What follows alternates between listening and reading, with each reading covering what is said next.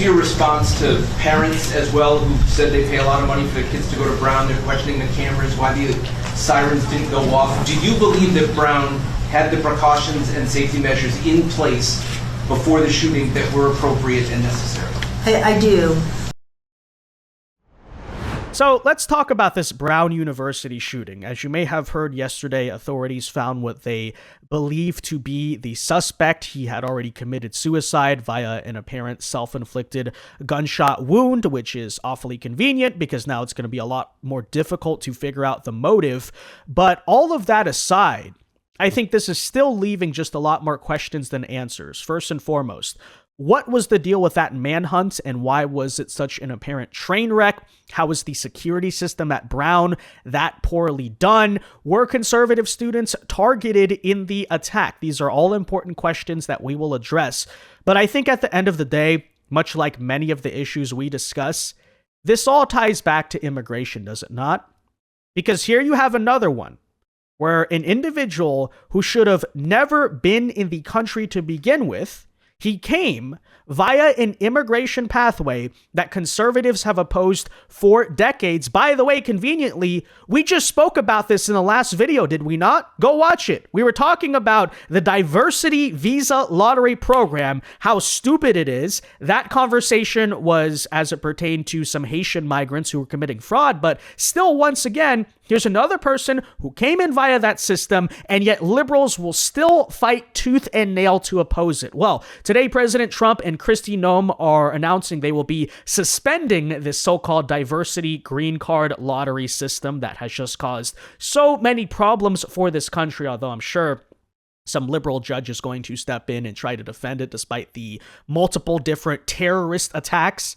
And that's just the worst of it. I mean, there's clearly other problems, but yes, terrorist attacks that have been committed by people who came in via this very system, as well as also just, other greater questions about, yes, the incompetence of Brown University, potentially why the security was so bad. That's linked potentially to the sanctuary city policy. There's a lot to discuss. Let's get into all of it, though. First, though, do us a favor. If you enjoy our content, make sure you hit that like button down below. Subscribe to the channel if you are new. We greatly appreciate it. And that's said, I mean, you can hear the news right here. So, first and foremost, this is what we know thus far.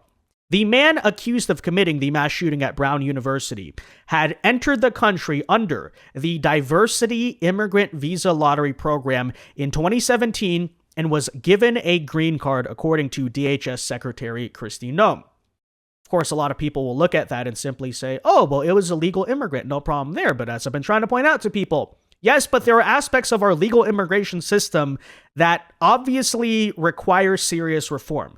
After all, it's just really idiotic policy, first and foremost. If we claim about immigration, oh, it's a meritocracy, oh, we're trying to bring in the best of the best. What about Albert Einstein, people like that? Then shouldn't you be selecting the immigrants, right? Does it not seem really stupid that any policy would exist to just randomly give out green cards to people who want them via a lottery system? I mean, the very fact that this exists and anyone ever thought it was a good idea is insane enough.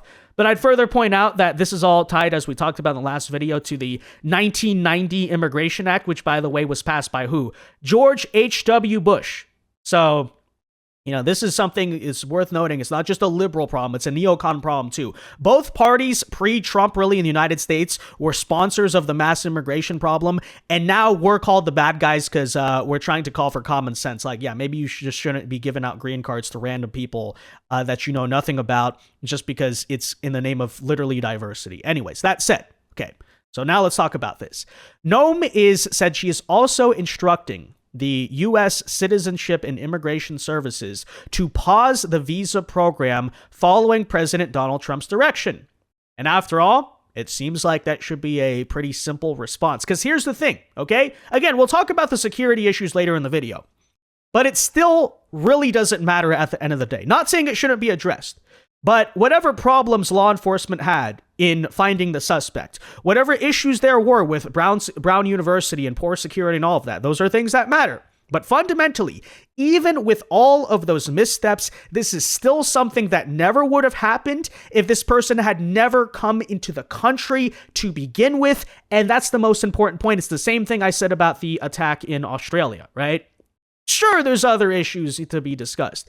Liberals are trying to say gun control this, gun control that, even though guns are already virtually illegal there. But no, it's still all an immigration story at the end of the day, right? You cannot blame or attack native-born citizens for something that's, first of all, they didn't really vote for, and secondly, was brought into this country by stupid government policy, but there you go. Anyways, here's the story. The Brown University shooter, a person by the name of Claudio Manuel Neves Valente, entered the United States through the Diversity Lottery Immigrant Visa Program, the DV1, in 2017 and was granted a green card. This heinous individual should have never been allowed in our country. Now, it's worth noting here, as Homeland Security pointed out, President Trump has fought tooth and nail for years to kill the dangerous diversity lottery. And of course, who's been opposing it? The very Democrats who are now going to turn around and say, oh, well, clearly this is why we need gun control or some garbage like that. No, it's not about the guns, okay? In Europe, they have the same problem, except it's not committed by guns. What do they do there? Bombs and car attacks. Yeah, the issue all ties back to who's coming into the country, right? Were car attacks in Europe a big problem, 30, 40 years ago? Did Paris have to cancel their New Year celebration back then? Was Germany having to put up giant barricades outside of Christmas markets? No. What changed in the past 30, 40 years? Okay? Let me just tell you, it doesn't have anything with German people causing problems. Just saying, right? And it's the same story here. So, back in 2017, Trump had demanded Congress end the program after an ISIS terrorist murdered 8 in a New York City truck attack. Oh, very interesting there. That wasn't committed with a gun, was it? It was committed with a truck. So the weapon of choice here was not the commonality. The commonality was what? Immigration and an immigration pathway that is dangerous and makes no sense, right? You basically get the same results of this as you do of illegal immigration when you think of it, right? You just say, oh, well, here's a random lottery to basically whoever. Trump had ripped the diversity visa as a Chuck Schumer beauty. And yeah, back in the 1990s, he was a big advocate of that. But as you could guess, what did our Republican Congress back then do? Nothing, right? Because they're full of the same Bush neocons who likely supported that original Immigration Act, And then you hear these very people say, well, legal immigration is good because we need to bring in the best of the best. We need to bring in people who contribute to this country. Okay, so why don't you create a legal immigration system that actually does that and stop lying to the American people and even lying to your own conservative voters about it, right? You can tell, this is the timeline. Trump's been on the right side of this issue since the beginning. But not Main Street, I guess I should say, Wall Street GOP hasn't. For whatever reason, I can't even necessarily tell, right? Because this is not even, say, H-1B visa with a direct, economic thing going on. There's massive problems with that as well. But no, in many cases, these are people who, in this case, he didn't come from the third world. We'll explain that. But a lot of times, it's mainly third world migration where they come here, they rely on largely government benefits, they're tax negatives. There's not really a lot of good that comes from this program, but for whatever reason, the Republican Party's too scared to touch it. I don't know. Anyways, in 2017 to 2021, backed the RAISE Act to eliminate the lottery and shift to merit-based immigration, a move that was blocked by guess who? Congressional Democrats. Oh, very interesting, right? In 2019, the president imposed a passport requirement, which had slashed applications, a move that, guess what, was then blocked by an activist judge. Yeah, despite the fact, it's these diversity visa people keep committing terrorist attacks. Maybe we should increase the security, right? Can we see your passport? What the heck, right? Asking to see a passport when you're applying for immigration, doesn't that make sense? I guess not. And then in 2020, the president had suspended all diversity visa processing to protect Americans, but you know exactly who took office the next year, so the story there should not be all that surprising. Now, here's the thing. Claudio Manuel Neves Valente, a Portuguese national who was found dead on Thursday from a self-inflicted gunshot wound, according to officials, was the suspect both in the Brown University shooting and, it turns out, in the separate murder of an MIT professor. So that's kind of a law enforcement side of this story. So apparently he murdered this MIT professor. That case had just gone unsolved. Okay.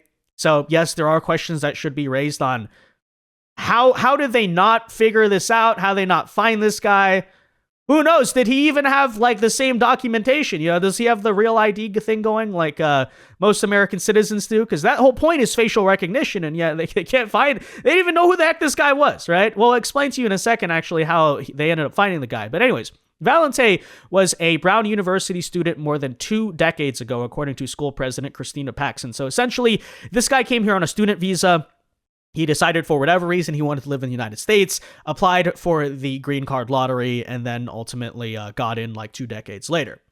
Now, here's the thing, right? I've been raising a lot of questions, obviously, about third world migration, and it's worth noting that those are the majority of the people who are able to come in under this, diversity visa program.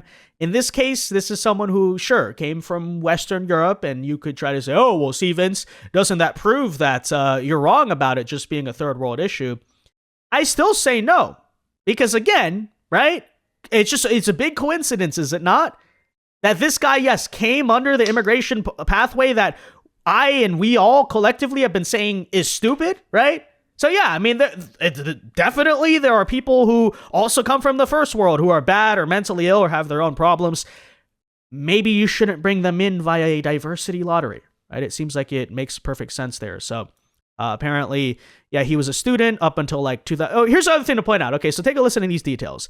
Neves Valente was enrolled at Brown as a graduate student from fall 2000 to spring 2001, but has no active affiliation with Brown and has not been affiliated with Brown since 2003. He was not a current student, was not an employee, and did not receive a degree from the university, attending only for 3 semesters as a graduate student until taking a leave in 2001 and formally withdrawing in 2003. So in other words, right, you might hear Brown University, right? Merit-based immigration. Hey, this guy is smart. Maybe we should bring him into... Oh, wait a minute, though. Actually, he dropped out of Brown.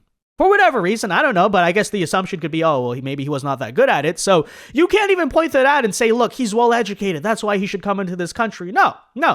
Very likely, this guy could not come in under any of the even like current merit-based programs because after all, he is not actually that impressive. So where did he get in via?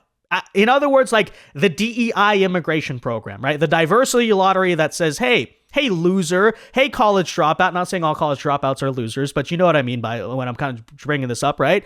Hey, like random third world person from a village in Somalia. You want to come in the United States? Here's your chance because affirmative action or whatever. It's ridiculous, right? And the DEI immigration system, which is quite literally what it is, not only got people killed in Brown University, but as Trump pointed out back with the ISIS attack, it's not the first time it happened. So there you have it. Very glad to see that they're pausing it.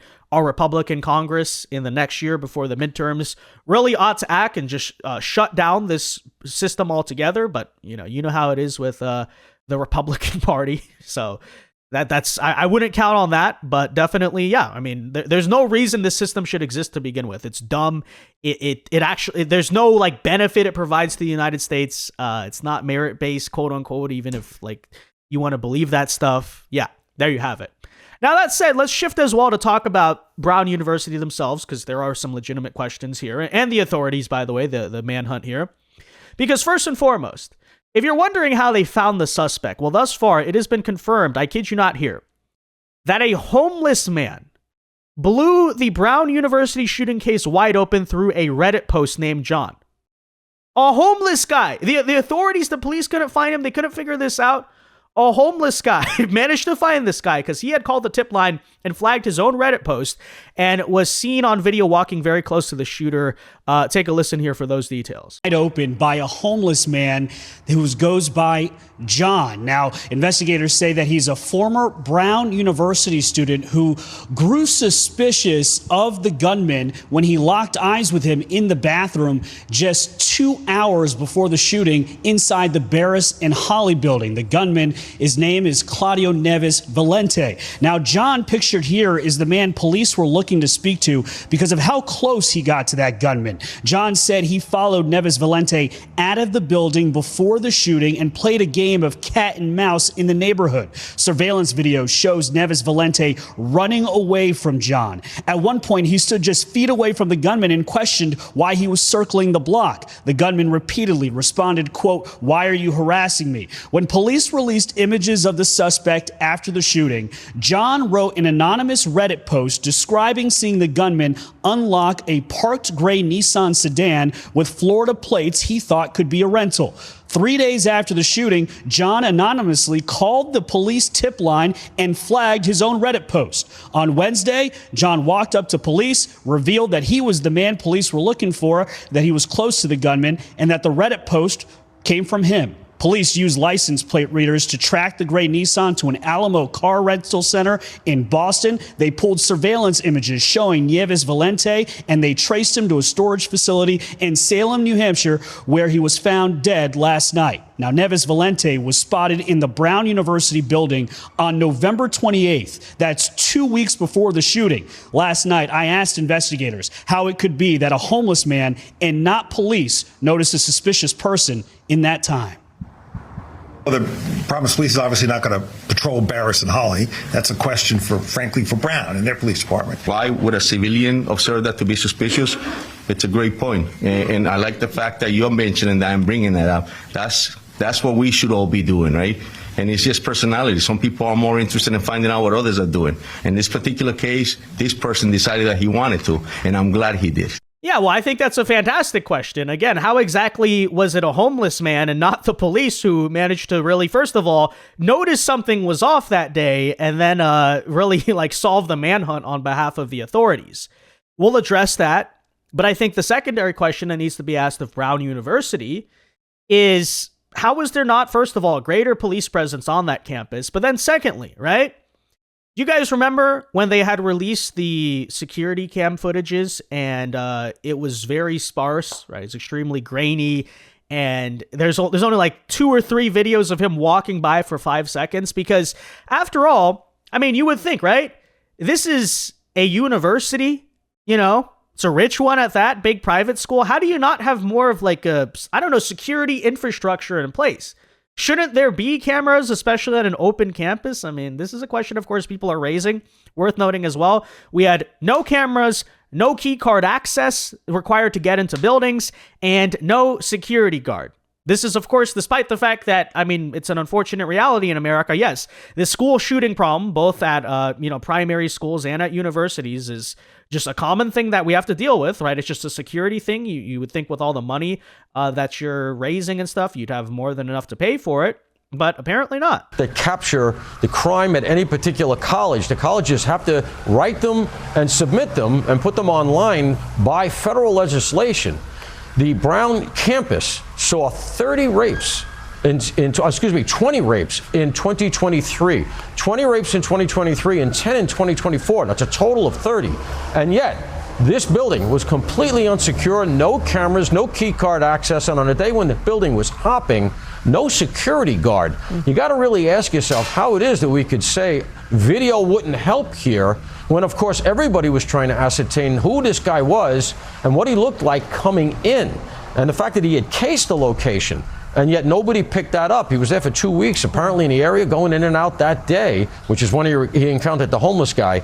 To say that video would have played no part in this, I think, is frankly a gaslight. Yeah, well, it's really interesting because not only is this a posh private university with massive donors, a massive endowment, but still charging students ridiculous, exorbitant rates of tuition, but then on top of, and can't apparently pay for a security camera, but on top of that, these are supposed to be the feminists. And, feminism aside, there's just a fundamental duty to protect female students on your campus. I mean, these are like 18-year-olds. Parents send from all over the country to, they're basically entrusting you with their safety, and you just fail to do it, right?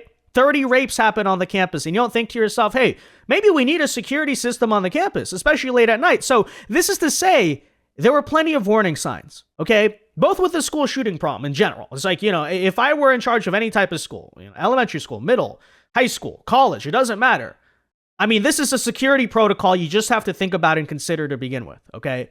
You always hope it's not going to be you, but it can be you. And so you have to be prepared. And that's common sense. Okay.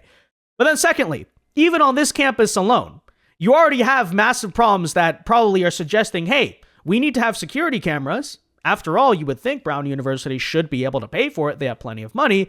So, of course, the question probably begs, then why weren't they paying for it? Well, This is an allegation. I'll make that clear. This is according to a radio host in Rhode Island, but very interesting. Allegedly here, Brown University had taken down security cameras in an effort to shield illegal aliens and comply with a sanctuary policy. That's what he's saying. Take a listen. The camera in that building that Brown put up because the sanctuary city law that we have. You don't want to record illegal immigrants, and you don't want to provide the footage to the FBI or immigration authority. One camera in that building, it come out from your detectives, they are friends of mine, they're angry at this investigation that these people in Brown University put the camera off, they can identify that person. You imagine how the family want to go through? Tell the truth to the media here. We heard from both the Brown police chief and the provost at Brown, who have shared that they have been fully cooperative and been forthcoming with all data and evidence that they have. So yeah, again, to be clear, I can't verify whether that's true. It wouldn't surprise me. I'm just pointing out this is something that's spiraling around, but fundamentally, the question is still there. Why don't you have security cameras? Why don't you have security guards? Why don't you have police? In fact, it was just recently, before the shooting, but Brown University student right here, Alex Shee, had eviscerated these schools' administrators for, despite all the money they have, they charge students, probably like $60,000 a year in tuition. That's usually most of these Ivy League schools. They have a bunch of donors. They have an endowment. They even still receive federal money on top of that. How exactly they're operating, first of all, at a $46 million deficit. And then, as you can see, apparently they can't afford a security camera. They can't afford a security guard. Well, why is that, right? It turns out that is because of the fact that they've hired an empire of administrators and bureaucracy. Basically, one administrator for every 2 students. You don't need that many administrators, right? Brown employs 3,805 full-time non-instructional staff for just 7,000 undergrads. This is not education. Yeah, I mean, it's definitely a point that was raised before, but especially now, you have to ask, all this money you're spending on administrators, and you can't protect something as basic as student safety. And then, of course, liberals are going to turn around and blame gun control when it's actually their own fault here. Take a listen. At this very moment, the American people are tightening their belts, and Brown is raising tuition to beyond $90,000 a year. And even while charging students the price of a luxury car, Brown is on track to run a $46 million deficit this year. Where's all the money going? I'll tell you where it's going. It's going into an empire of administrative bloat and bureaucracy. Brown employs 3,805 full-time non-instructional staff for just 7,229 undergrads. That's 1 administrator for every 2 students. This isn't education. This is bloat, paid for on the backs of students and families who are mortgaging their futures for a shot at a better life. Meanwhile, Grace Calhoun, Brown's athletic director, earns over $1 million. A household assistant on payroll tends to University President Christina Paxson. And when budget cuts are made, these expenses stay while the student experience deteriorates. My dorm floods when it rains, and the burger patties in our dining hall have been replaced by an unappetizing beef mushroom blend. The idea that Brown's administration can be streamlined isn't conjecture. We didn't used to have these many administrators. Across the nation, the number of university administrators has risen by 162% in recent decades.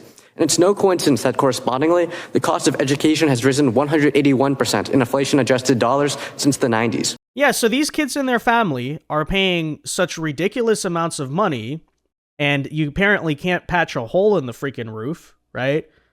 And what's happening here is the university administrations are just robbing people.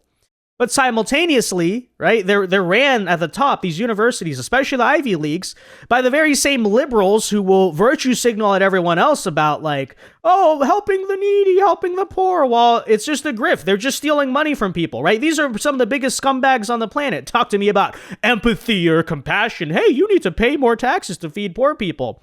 People in this case are giving you a bunch of money. Oh, we got to fund education more. How about you, don't steal money when it comes to education, right? But these are all serious conversations. But again, I'm going to go back to the central point. Even with this fact, even with the fact that Brown University is horribly mismanaged, quote unquote mismanaged, it's probably intentional. Can't pay for a security camera. Serious questions as to, how they didn't find this guy the first time he killed the MIT professor. All of this different stuff. It still goes back to immigration, right? It's just the truth. Here you had a person who should have never been in this country. They would have never been eligible to enter the United States had the diversity visa program not existed. That's exactly why he pursued that one in particular. So it's yet again another example of why I've been saying lately that I have primarily become a single issue voter on immigration. And why is that? Because ultimately, when you really break it down, I'm not saying other issues don't matter, but not only is immigration in itself so important to simply the future survival of America, but secondly, perhaps more importantly, it's the fact that almost every other issue that America faces in some way or another, as you can see, prime example right here, is downstream of immigration, right? Whether that's things like mass violence, crime, terrorism, here's an example of that. Or financially, right? You wonder why America is going bankrupt. Gee, I don't know, because maybe the idea that en masse immigration is helping the economy is actually not true. We're importing a bunch of tax dependents, and what do you expect that to do to the financials of a company, a business, a household, a country? It's all the same, right? More people are taking than giving, then what happens? You start going in the negative. Or even culturally, right? You want to talk about conservative values in this country. I mean, why are they not more mainstream? Well, it's because, in themselves, I don't think woke progressives, the crazy lunatics we always make fun of, they're not actually a huge number of people in this country, right? Maybe like 10 to 20%. Where does the rest of the Democrat Party's coalition comes from, right? It comes from, yes, a bunch of minority voters, but what comprises a big part of that, especially, right? Recent immigrants. Legal, illegal, you name it, right? They basically have created this system where they imported because they're not the majority, so they imported their majority, right? And so you wonder on social and cultural issues, that's also still tied back to immigration. Because even if, people who come from other countries, usually maybe their personal values are more socially conservative, they don't really know, they don't really care. You know who they're voting for though, right? So it's so important at the end of the day. And again, here you have another case where despite all these other problems with Brown University and the authorities and everything, still, it's an immigration story. So there you have it, guys. That's it. Let me know your thoughts. Be sure to leave a like on this video, subscribe to the channel if you are new, and until next time, God bless and peace.